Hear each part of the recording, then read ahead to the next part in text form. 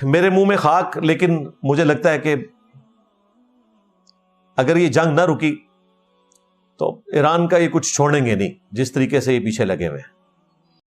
السلام علیکم ورحمۃ اللہ وبرکاتہ۔ اللہ سے دعا کرتے ہیں کہ آپ لوگ خیریت سے ہوں گے۔ ایران کو امریکہ کی پیشکش قبول کر لینی چاہیے۔ ایران اسرائیل سے نہیں جیت سکتا۔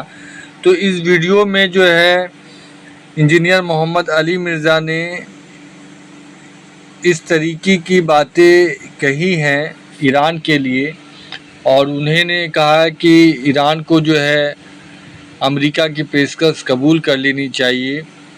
تو یہ کیا معاملہ ہے آپ خود بھی اس ویڈیو میں دیکھیں گے اور دیکھیں گے کہ یہ کہنے کا وجہ کیا ہے، اور اللہ سے ہم سب یہی دعا کریں کہ اللہ تمام مسلمانوں کی حفاظت کرے، اللہ ہدایت کا راستہ دکھائے، اللہ اور اللہ کے رسول کے بتائے راستے پہ ہم سب چلیں۔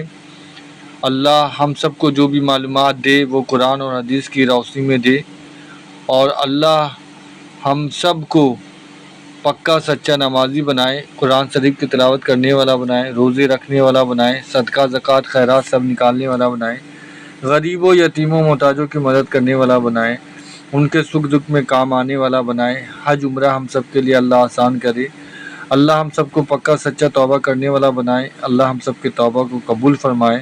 استغفر اللہ الذی لا الہ الا هو الحی القیوم واتوب الیہ۔ اے اللہ تو غفور رحیم و کریم ہے، اے اللہ ہم سب کی ہر چھوٹی بڑی گناہوں کو معاف فرما دیجیے، اے اللہ تمام مسلمانوں کی حفاظت فرمائیے، اے اللہ ان کا معاملہ آسان کیجیے، آمین ثم آمین۔ ایران میں اتنی طاقت نہیں ہے کہ وہ اسرائیل کا یا امریکہ کا مقابلہ کر سکے، سیدھی سی بات ہے۔ اس لیے باقی مسلمان ملکوں کی ذمہ داری ہے، سعودی عرب کی، ترکیے کی، پاکستان کی۔ یہ تین بڑے ملک ایسے ہیں جنہیں اس وقت فرنٹ سے لیڈ کرتے ہوئے OIC کے UNO کے فورم کو یوز کر کے اس جنگ کو فی الوقت رکوانا چاہیے۔ آپ کو یاد ہوگا میں نے کئی ہفتے پہلے ایک ویڈیو ریکارڈ کروائی تھی جب یہ انڈیا پاکستان کی وار کا سلسلہ چل رہا تھا، اس وقت بھی میں نے یہ بات کی تھی کہ اس وقت جو پریزنٹ سچویشن چل رہی ہے اس میں ایران کو امریکہ کی بات مان لینی چاہیے اور ڈیل کر لینی چاہیے۔ اگر آپ ڈیل نہیں کریں گے تو آپ ان کا مقابلہ نہیں کر سکتے۔ اب پاکستان کی مثال دینا غلط ہے، پاکستان نے جس زمانے میں اپنے نیوکلیئر ویپن کو ڈیولپ کیا ہے وہ وقت ایسا تھا کہ اس وقت پاکستان کے پاس افغان وار کا شیلٹر موجود تھا۔ امریکہ کو رشیا کے خلاف پاکستان کی ضرورت تھی، اس لیے اس وقت جو پاکستان کے پریزیڈنٹ تھے ضیاء الحق صاحب، ان سے ہمیں کئی معاملات میں اختلاف ہے، لیکن یہ ان کی بہت بڑی خوبی ہے کہ انہوں نے بڑی سمجھداری اور ہوشیاری کے ساتھ پاکستان کے نیوکلیئر پروگرام کو جو ذوالفقار علی بھٹو نے سٹارٹ کیا تھا، اور اس وقت جتنے بھی سائنٹسٹ تھے، انجینئرز تھے، سب کا کریڈٹ ہے، اور الٹیمیٹلی اسے منطقی انجام تک ضیاء الحق صاحب نے پہنچایا۔ وہ جو افغان وار تھی اس میں امریکہ کو ہماری ضرورت تھی، اور اس شیلٹر میں وہ ہمیں اس طریقے سے روک نہیں سکے، ورنہ روک لیتے۔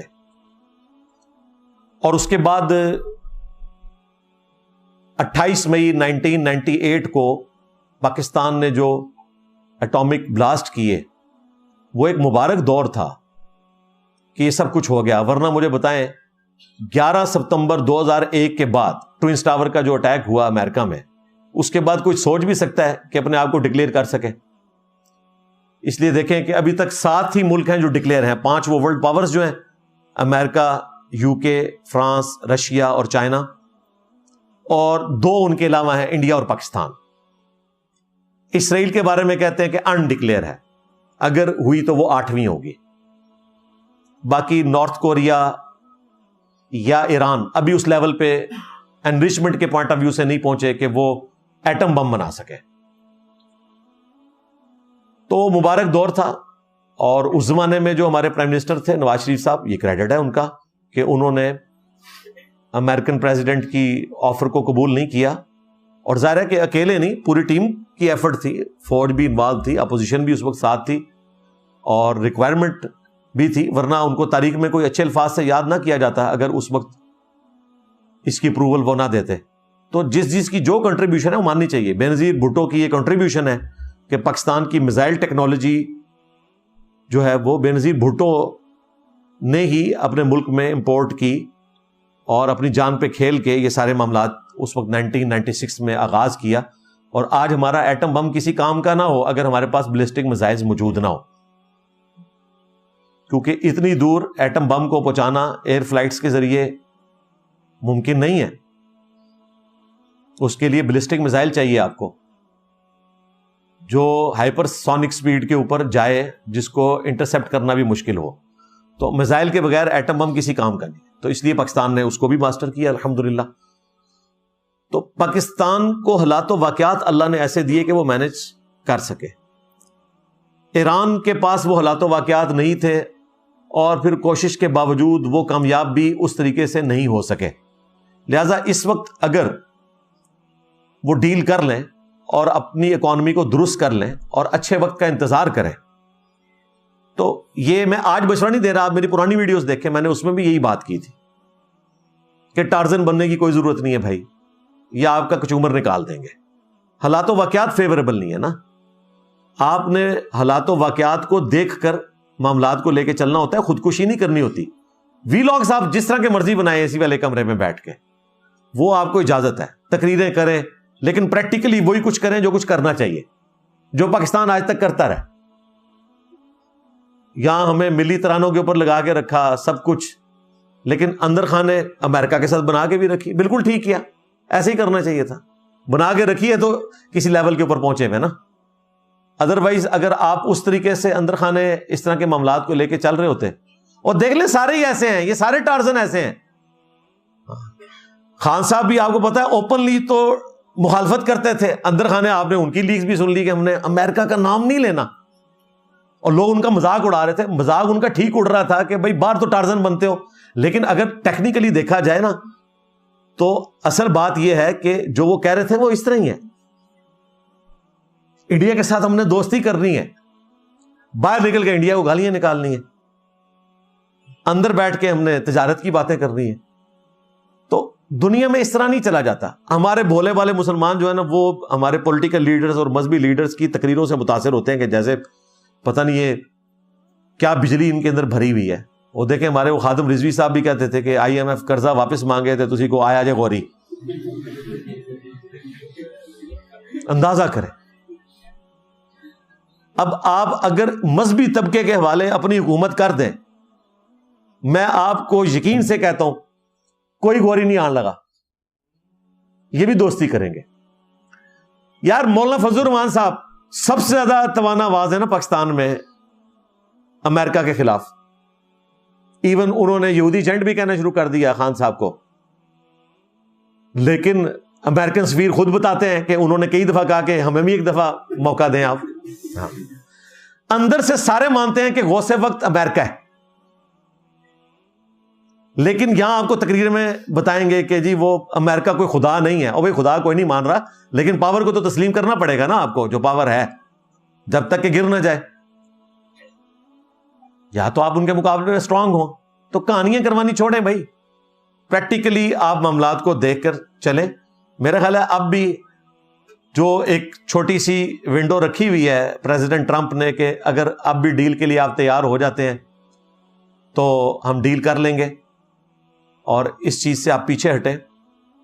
تو میرا خیال ہے بڑے ملکوں کو انوالو کر کے ڈیل کر کے ایران کو پیچھے ہٹنا چاہیے، اپنی اکانومی پہ توجہ دے. ایران دنیا کی ٹاپ کی 10 اکانومیز میں آتا ہے اگر یہ اپنی ڈیل کر لے. اس وقت تو غربت کا حال وہاں پہ جو ہے نا، انٹرنیشنلی کر دیکھیں، وہ سروائیو صرف اس لیے کر رہے ہیں کہ تیل ان کا اپنا نکلتا ہے، اجناس اپنی اگاتے ہیں، اس لیے اندر سے تو وہ بظاہر آپ کو خوشحال نظر آ رہے ہیں، لیکن پریکٹیکلی اس وقت اگر آپ ان کی کرنسی دیکھیں نا، جا کے گوگل پہ ٹائپ کریں کہ ایک ایرانی ریال اس کی ورتھ کیا ہے ڈالر کے مقابلے پہ، تو آپ حیران ہوں گے کہ پاکستانی 283 روپیز ہوں تو $1 ملتا ہے. اور ایران کے 42,000 ریال ہوں، 4200 بھی نہیں، 42,000 ایران کے ریال ہوں تو $1 آتا ہے. یہ کرنسی کا حال ہے ان کا. اندر خانے اگر ان کا جو مہنگائی والا معاملہ نہیں ہے تو وہ زرخیز زمین کی وجہ سے تیل نکل رہا ہے. آج ان کے اوپر سے پابندیاں اٹھائی جائیں تو ایران ایسا ملک ہے جو $1 کا بھی مقروض نہیں کسی کا.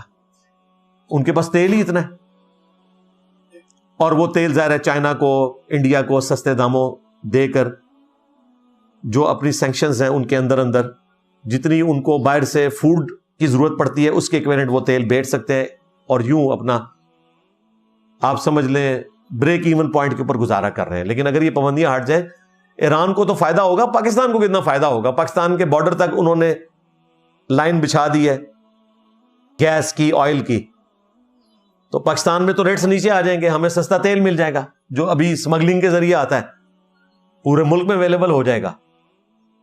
تو اس پورے ریجن کا فائدہ ہے کہ اگر ایران ان کے ساتھ سمجھوتا کر لے. یہ کوئی سجدے میں گرنا نہیں ہے بھائی، آپ کو وقتی طور پر صلح حدیبیہ کرنی پڑتی ہے. نبی الاسلام نے تو سٹرانگ ہوتے ہوئے کر لی تھی حالات و واقعات کی وجہ سے، آپ تو شاہی کوئی نہیں ہے اس وقت ان کے مقابلے پہ. اور یہ موقف میرا آج کا نہیں، میں بار بار کہہ رہا ہوں، میری پرانی ویڈیوز میں موجود ہے کہ ایران کو ڈیل کر لینی چاہیے، اور اس وقت کسی طریقے سے اپنے ملک کو کرائسس سے باہر نکالنا چاہیے. جو پابندیاں ان کے اوپر لگی ہیں ان سے باہر نکالیں، اور اس پورے علاقے کو چائنا کے ساتھ، رشیا کے ساتھ مل کر ڈیولپ کریں.